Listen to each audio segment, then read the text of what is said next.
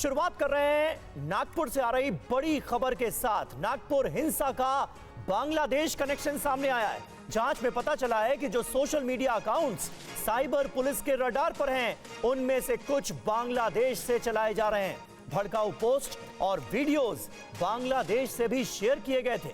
अब तक ऐसे 172 वीडियोस पुलिस जांच में सामने आए हैं। तो ये बड़ी जानकारी सामने आ रही है। कई भड़काऊ पोस्ट हुए थे, कई वीडियोस शेयर किए गए थे और अब पता चला है कि इन वीडियोस और भड़काऊ पोस्ट का सोर्स बांग्लादेश में था। बांग्लादेश से भी ऐसे कई वीडियोस शेयर किए गए।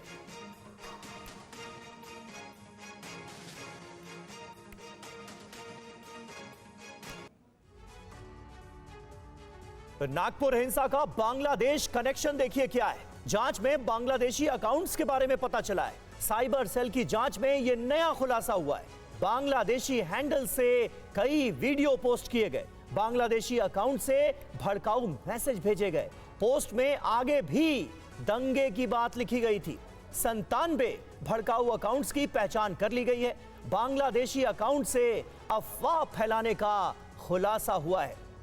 नागपुर हिंसा को लेकर यह बड़ी जानकारी सामने आ रही है। हम सब ये जानते हैं कैसे एक अफवाह के बाद जबरदस्त हिंसा हुई थी और अब पता चला है कि बांग्लादेशी अकाउंट्स के जरिए अफवाह फैलाई गई।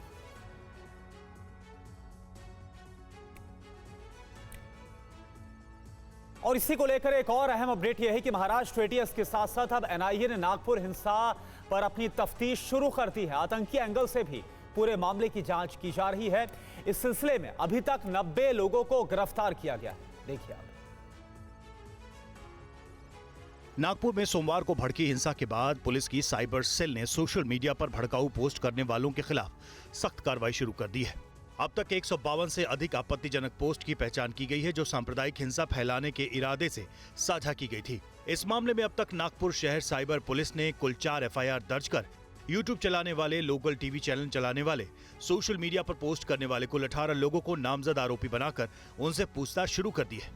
साइबर सेल ने बांग्लादेश से संचालित एक फेसबुक अकाउंट की भी पहचान की है जिसने नागपुर में बड़े पैमाने पर दंगे भड़काने की धमकी दी है। इस पोस्ट में कहा गया था कि सोमवार के दंगे केवल एक छोटी घटना थी और भविष्य में और बड़े दंगे होंगे। जांच में पता चला कि यह अकाउंट बांग्लादेश से संचालित हो रहा था, जिसके बाद साइबर सेल ने फेसबुक से संपर्क कर इस अकाउंट को ब्लॉक करने का अनुरोध किया है। साइबर सेल ने जनता से अपील की है कि सोशल मीडिया पर किसी भी असत्यापित जानकारी पर विश्वास न करें और अफवाहों को फैलाने से बचें। इसके अलावा सोशल मीडिया पर आपत्तिजनक सामग्री पोस्ट करने वालों के खिलाफ सख्त कार्रवाई की जाएगी। नागपुर हिंसा मामले में साइबर सेल भी एक्टिव है। जांच के दौरान नागपुर हिंसा का बांग्लादेश कनेक्शन भी सामने आया है। भड़काऊ पोस्ट और वीडियो बांग्लादेश से भी शेयर किए गए थे। नागपुर में सोमवार को भड़की हिंसा के बाद पुलिस की साइबर सेल ने सोशल मीडिया पर भड़काऊ पोस्ट करने वालों के खिलाफ सख्त कार्रवाई शुरू कर दी है। अब तक 152 से अधिक आपत्तिजनक पोस्ट की पहचान की गई है जो सांप्रदायिक हिंसा फैलाने के इरादे से साझा की गई थी। इस मामले में अब तक नागपुर शहर साइबर पुलिस ने कुल 4 एफआईआर दर्ज कर यूट्यूब चलाने वाले, लोकल टीवी चैनल चलाने वाले, सोशल मीडिया पर पोस्ट करने वाले कुल 18 लोगों को नामजद आरोपी बनाकर उनसे पूछताछ शुरू कर दी है। साइबर सेल ने बांग्लादेश से संचालित एक फेसबुक अकाउंट की भी पहचान की है जिसने नागपुर में बड़े पैमाने पर दंगे भड़काने की धमकी दी है। इस पोस्ट में कहा गया था कि सोमवार के दंगे केवल एक छोटी घटना थी और भविष्य में और बड़े दंगे होंगे। जांच में पता चला कि यह अकाउंट बांग्लादेश से संचालित हो रहा था, जिसके बाद साइबर सेल ने फेसबुक से संपर्क कर इस अकाउंट को ब्लॉक करने का अनुरोध किया है। साइबर सेल ने जनता से अपील की है कि सोशल मीडिया पर किसी भी असत्यापित जानकारी पर विश्वास न करें और अफवाहों को फैलाने से बचें। इसके अलावा सोशल मीडिया पर आपत्तिजनक सामग्री पोस्ट करने वालों के खिलाफ सख्त कार्रवाई की जाएगी। और नागपुर हिंसा में पुलिस क्या कर रही है, साइबर पुलिस की जांच कहां तक पहुंची है, जानकारी दे रहे हैं टीवी 9 संवाददाता जयप्रकाश सिंह। नागपुर शहर में 17 मार्च को एक हिंसा होती है और इस हिंसा के बाद लाखों रुपए की संपत्ति का नुकसान होता है। कई 2 व्हीलर गाड़ियां, 4 व्हीलर गाड़ियां जलाई जाती हैं और इस हिंसा में फहीम खान, शमीम खान नाम का एक शख्स मास्टरमाइंड बताया जाता है। लेकिन अब इस हिंसा की जांच करने में एनआईए की टीम की भी एंट्री हो गई है। एनआईए की टीम जो है इस हिंसा मामले में टेरर एंगल पर जांच करने में जुट गई है। 97 से ज्यादा ऐसी पोस्ट को अब तक चिन्हित किया गया है, जो सोशल मीडिया पर 17 मार्च के पहले यानी कि 17 मार्च के पूरे दिन और 17 मार्च से लेकर 19 मार्च तक लगातार जो है सोशल मीडिया पर अफवाह फैलाती रही। Instagram, x post, WhatsApp group पे अलग अलग जगह पर अफवाह फैलाती रही और ऐसे जो चिन्हित किए गए सोशल मीडिया के जरिए जितने भी ऐसे पोस्ट हैं उनमें कई लोकल चैनल्स हैं, यूट्यूब चैनल्स हैं, कई पर्सनल ऐसे लोगों के इंस्टाग्राम अकाउंट्स हैं। इनसे पूछताछ करने का सिलसिला शुरू हो गया है। इन 18 लोगों की भी गिरफ्तारियां इस मामले में होगी। और महाराष्ट्र में औरंगजेब की कब्र के मामले में कार सेवकों की ओर से सरकार को चेतावनी दिए जाने के बाद कब्र की सुरक्षा बढ़ा दी गई है। कब्र के चारों ओर लोहे की चादर लगाई गई है।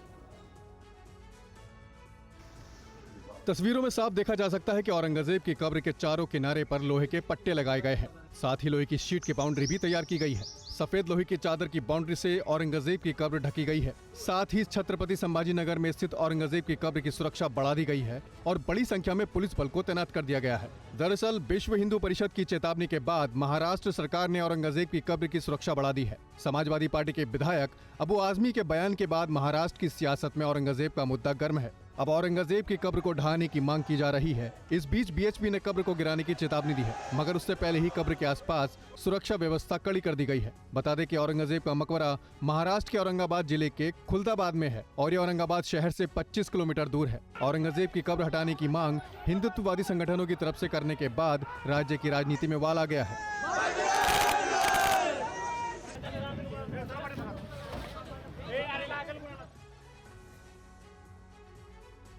छत्रपति संभाजीनगर के खुलदाबाद की कब्र के पास सुरक्षा के क्या इंतजाम है, आपको दिखाते हैं टीवी 9 संवाददाता जयप्रकाश सिंह की ये रिपोर्ट।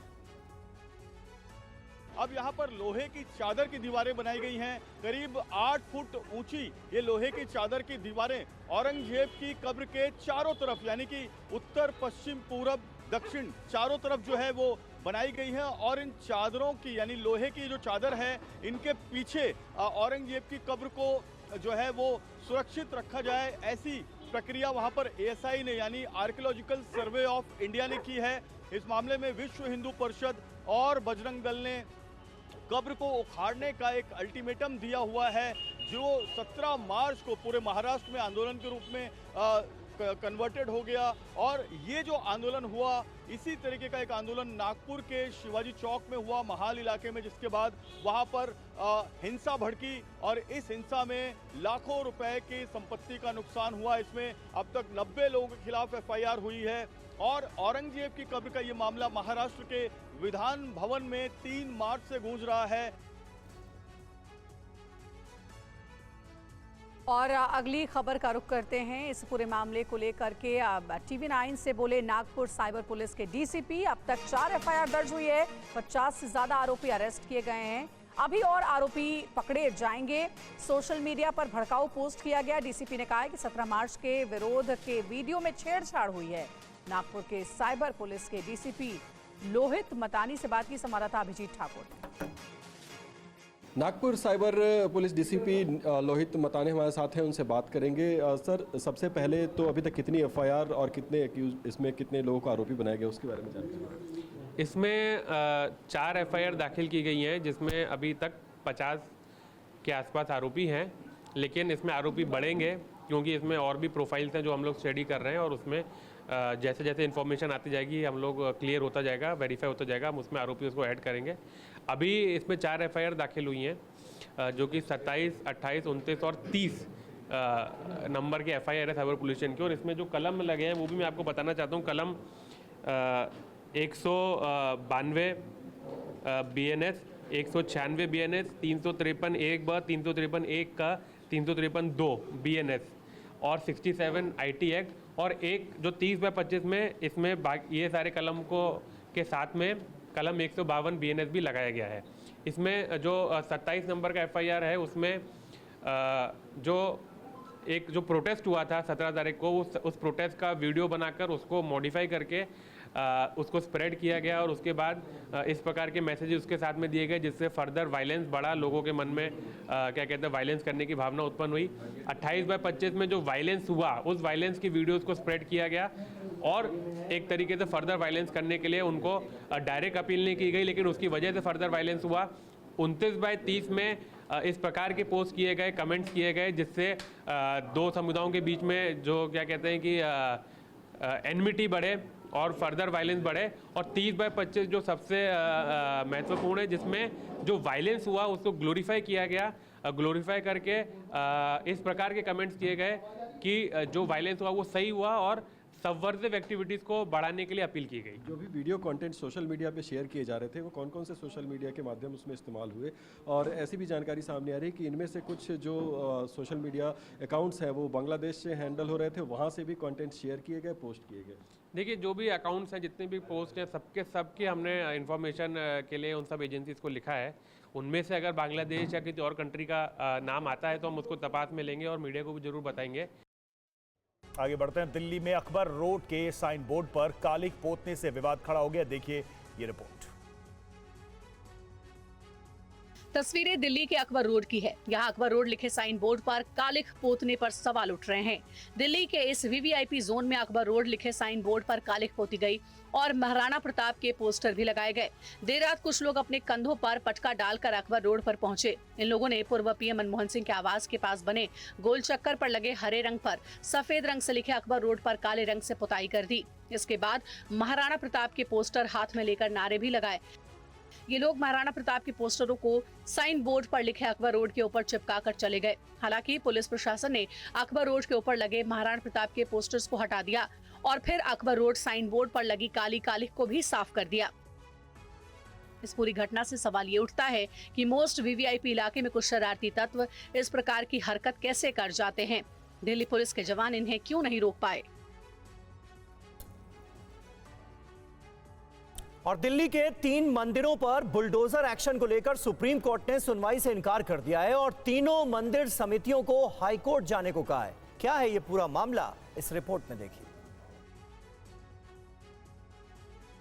दिल्ली में मयूर विहार 2 इलाके में संजय झील पार्क में बने 3 मंदिरों को डीडीए के तोड़ने के नोटिस को लेकर लोगों ने सुप्रीम कोर्ट का दरवाजा खटखटाया था। इस मामले पर सुप्रीम कोर्ट ने कहा कि आप हाई कोर्ट क्यों नहीं जाते। वकील विष्णु शंकर जैन ने कहा कि जहांगीरपुरी मामले पर सुप्रीम कोर्ट ने हस्तक्षेप किया था, लेकिन सुप्रीम कोर्ट ने कहा कि हाई कोर्ट जाइए। इसी के साथ याचिका खारिज कर दी गई।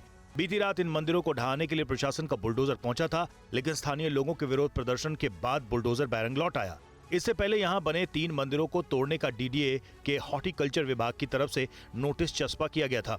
नोटिस में मंदिर ग्रीन बेल्ट में बने होने के कारण उसे खुद ही हटाने या फिर प्रशासन द्वारा हटाए जाने की बात कही गई थी, लेकिन दिल्ली के इस इलाके के लोग रात भर जागते रहे। बड़ी संख्या में लोग संजय झील के आसपास जमा हो गए और मंदिर तोड़ने का विरोध किया। हालात को देखते हुए बड़ी संख्या में पुलिस बल तैनात की गई थी। मंदिर तोड़ने के खिलाफ स्थानीय लोग गुस्से में हैं। लोगों का कहना है कि पार्क में सभी मंदिर 40 साल पुराने बने हैं, सभी मंदिर रजिस्टर्ड हैं।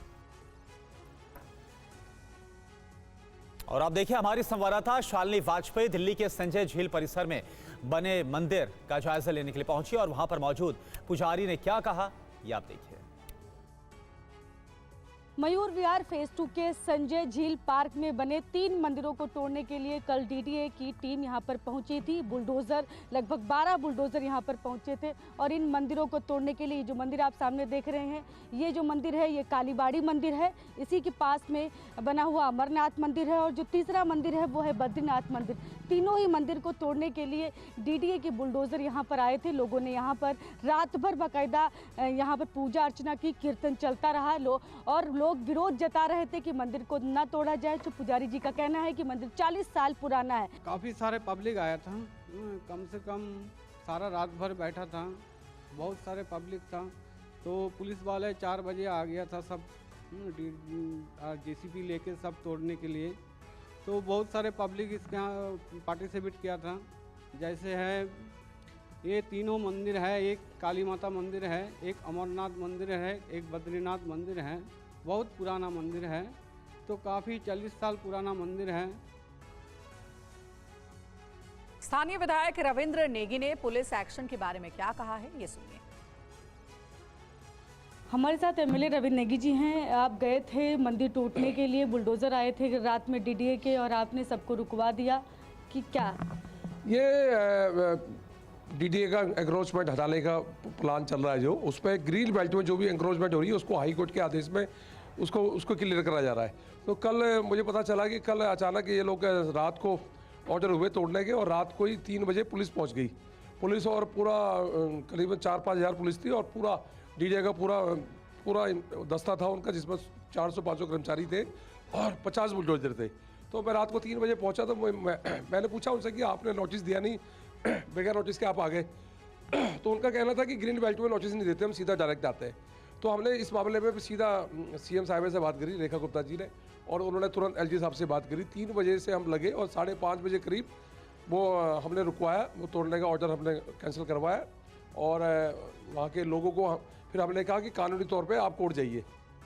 संभल के नेजा मेला विवाद से अब यूपी के कई जिलों में तनाव है। मुरादाबाद, जौनपुर और बहराइच में भी आक्रांता के नाम पर लगने वाले मेले का विरोध हो रहा है। देखिए पूरी खबर। संभल नेजा मेला विवाद कई शहरों तक पहुंच गया है। मुरादाबाद में हिंदू संगठनों ने एसडीएम को ज्ञापन देकर सैयद सालार मसूद गाजी की दरगाह पर लगने वाले मेले पर रोक लगाने की मांग की। तो बहराइच में विश्व हिंदू परिषद ने सालार मसूद गाजी की दरगाह पर लगने वाले मेले के खिलाफ प्रदर्शन किया। वीएचपी के प्रतिनिधियों ने डीएम कार्यालय में ज्ञापन सौंपकर मेले पर रोक लगाने की मांग की। वहीं जौनपुर में लगने वाले गाजी मियां के मेले पर भी रोक लगाई गई है। यूपी सरकार की सख्ती के बाद आयोजक पीछे हट गए हैं। जौनपुर प्रशासन ने कहा है कि मेले की परमिशन के लिए कोई आवेदन नहीं आया है। दूसरी ओर संभल में नेजा मेला पर रोक के बाद मुस्लिम समुदाय ने अब सद्भावना मेले की अनुमति के लिए आवेदन किया है। हालांकि संभल प्रशासन की तरफ से अभी इजाजत नहीं मिली है। गाजी मियां मेले की साइट पर झंडे वाला गड्ढा बंद कर दिया गया है। चप्पे चप्पे पर पुलिस फोर्स तैनात है। ड्रोन से पूरे इलाके की निगरानी की जा रही है। संभल में होली के बाद हर साल सैयद सालार मसूद गाजी के नाम पर नेजा मेला लगता था। सैयद सालार महमूद गजनवी का सेनापति और सगा भांजा था। भारत में कई बार हुए हमलों में मसूद गाजी भी शामिल था। उत्तर प्रदेश के मेरठ में हिंदू संगठनों ने औरंगजेब के मंत्री रहे अबू मोहम्मद खान के मकबरे को हटाने की मांग की है। मकबरे को हटाने वाले को इनाम देने की घोषणा भी कर दी गई है। देखिए TV9 भारतवर्ष की ये ग्राउंड रिपोर्ट। राजनीतिक गलियारों में एक बार फिर से औरंगजेब जिंदा हो चुका है और उसकी गर्मी महाराष्ट्र से लेकर उत्तर प्रदेश के मेरठ तक पहुंच चुकी है। हमारे साथ यहाँ पर देखिए हिंदू संगठन के लोग हैं। हमारी मांग है, हमारी हिंदू संगठनों की मांग है कि जितने ये मुगल अत्याचारी थे उनके जुड़े हुए जो भी हैं उनका नाम और निशान यहाँ से मिटना चाहिए। किसी का भी नाम नहीं होना चाहिए। जहाँ भी यह कुछ आ जाते हैं वहाँ से हिंदू समाज का पलायन शुरू हो जाता है। देखिए 1688 से अबू मोहम्मद खान का ये जो यहाँ मकबरा है, इस मकबरे के साथ साथ ये जो यहाँ जो ज़मीन है, यहाँ हिंदू रहता था, वो सारा हिंदू पलायन करके चला गया काफ़ी सालों से। और इसके साथ साथ ये औरंगजेब के मंत्री थे, वज़ीर थे। इन्होंने भी औरंगजेब के साथ मिलके खूब इन्होंने जो है अत्याचार करे हिंदू समाज पे, हमारी माँ बहन बेटियों पे, सब पे। और हम ये आ रही है मांग है इस मकबरे को प्रदेश के मुख्यमंत्री जी इस पे बुलडोजर चले, इसकी जांच हो संपत्ति की, किस किस ने यहाँ अवैध कब्जा कर रखा, कौन कौन से हिंदू यहाँ से जो है पलायन करके गए हैं। और वहीं यूपी के सीएम योगी आदित्यनाथ ने विदेशी आक्रांताओं पर हमला किया है। बहराइच में एक कार्यक्रम को संबोधित करते हुए सीएम योगी ने कहा कि भारत में किसी भी आक्रांता का महिमा मंडन नहीं होना चाहिए। पूरा देश एकजुट होकर के कार्य कर रहा है। उन स्थितियों में मैं सभी उत्तर प्रदेश वासियों से कहना चाहूंगा, जब भारत की सनातन संस्कृति और भारत की परंपरा का गुणगान दुनिया कर रही है, तब भारत के महापुरुषों के प्रति श्रद्धा और सम्मान का भाव हर नागरिक का दायित्व होना चाहिए। और स्थितियों में किसी भी आक्रांता को महिमा मंडन नहीं करना चाहिए। महाराज सुहेलदेव का शौर्य और पराक्रम इस स्तर का था,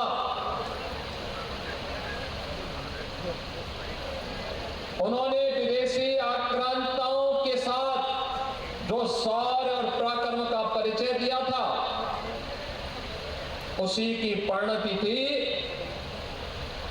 कि 150 वर्षों तक कोई विदेशी आक्रांता भारत पर हमला करने की कोई दुस्साहस नहीं कर पाया था।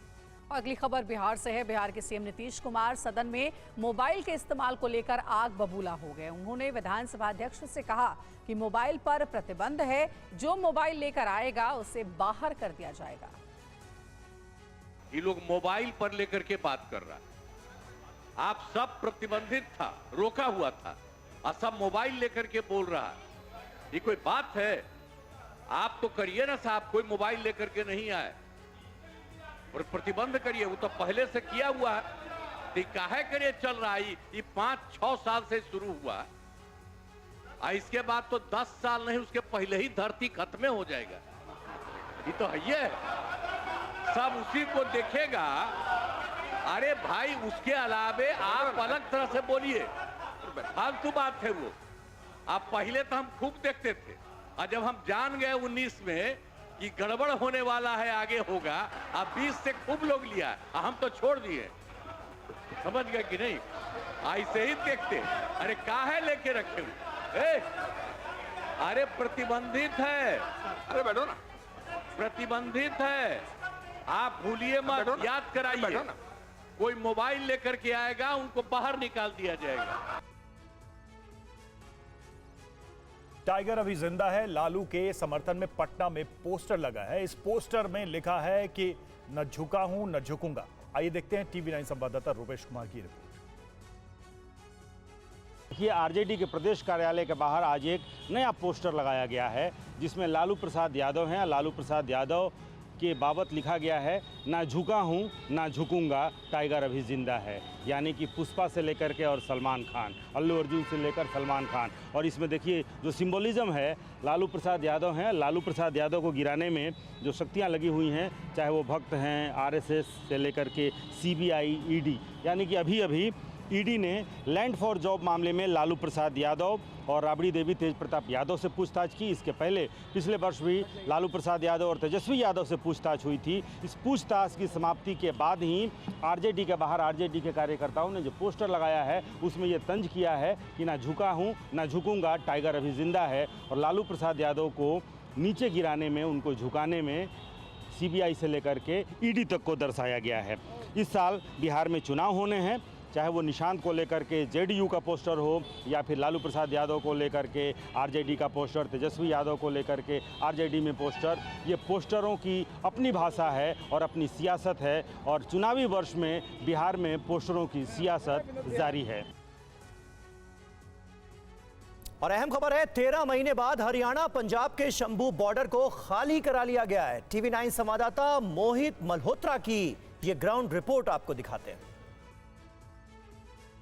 शंभू बॉर्डर पर जिन रास्तों को पिछले करीब 13 महीने से हरियाणा पुलिस ने बंद कर रखा था, उन रास्तों को खोला जा रहा है। यहाँ पर जो सीमेंटेड बैरिकेड लगाए गए थे, उनको हटाया जा रहा है। आप देखिए, इस वक्त ड्रिल मशीनें मंगाई गई हैं, जेसीबी मशीनें मंगाई गई हैं, जिसके बाद यहाँ पर जो पूरा रास्ता बंद था, यहाँ पर एक सीमेंटेड दीवार बना दी गई थी, ताकि यहाँ से किसानों का जो दल है वो आगे दिल्ली की ओर रवाना ना हो सके।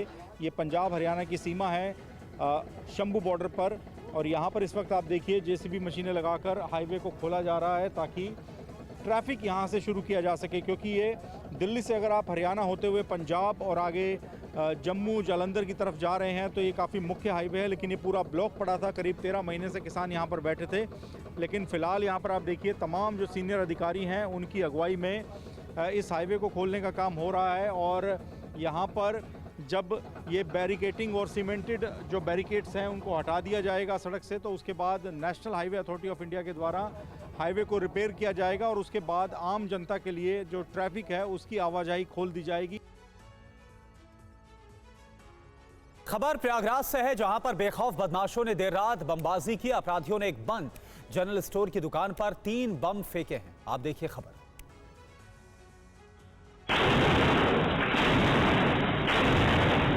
ये तस्वीरें संगम नगरी प्रयागराज की है, जहां पर बेखौफ बदमाशों ने देर रात बमबाजी की। ये घटना रात करीब 2 बजे की है, जहां पर बाइक सवार बदमाशों ने एक बंद जनरल स्टोर पर बमबाजी की। इस पूरी वारदात की तस्वीर सीसीटीवी कैमरे में रिकॉर्ड हो गई। सीसीटीवी फुटेज में आप देख सकते हैं कि बाइक सवार बदमाश आते हैं और उनमें से एक अपराधी बम फेंकना शुरू कर देता है। उसने एक के बाद एक लगातार 3 बम फेंकने के बाद अपने साथी के साथ वो फरार हो गया। ये घटना प्रयागराज के कर्नलगंज थाना क्षेत्र की है। इस घटना के बाद से दुकानदारों में काफी दहशत है। इस घटना के बाद पुलिस पूरी तरह से अलर्ट है। सीसीटीवी में रिकॉर्ड तस्वीरों के आधार पर पुलिस बदमाशों की तलाश कर रही है। इस मामले में पुलिस अलग अलग एंगल से जांच कर रही है। पुलिस दुकान मालिक से भी पूछताछ कर रही है ताकि ये पता लगाया जा सके कि ये घटना किसी पुरानी रंजिश की वजह से तो अंजाम नहीं दी गई। ये भी जांच हो रही है कि कहीं बदमाशों ने इलाके में दहशत फैलाने के लिए तो इस बमबाजी को अंजाम नहीं दिया। फिलहाल अपराधियों की गिरफ्तारी के बाद ही सब कुछ साफ हो पाएगा।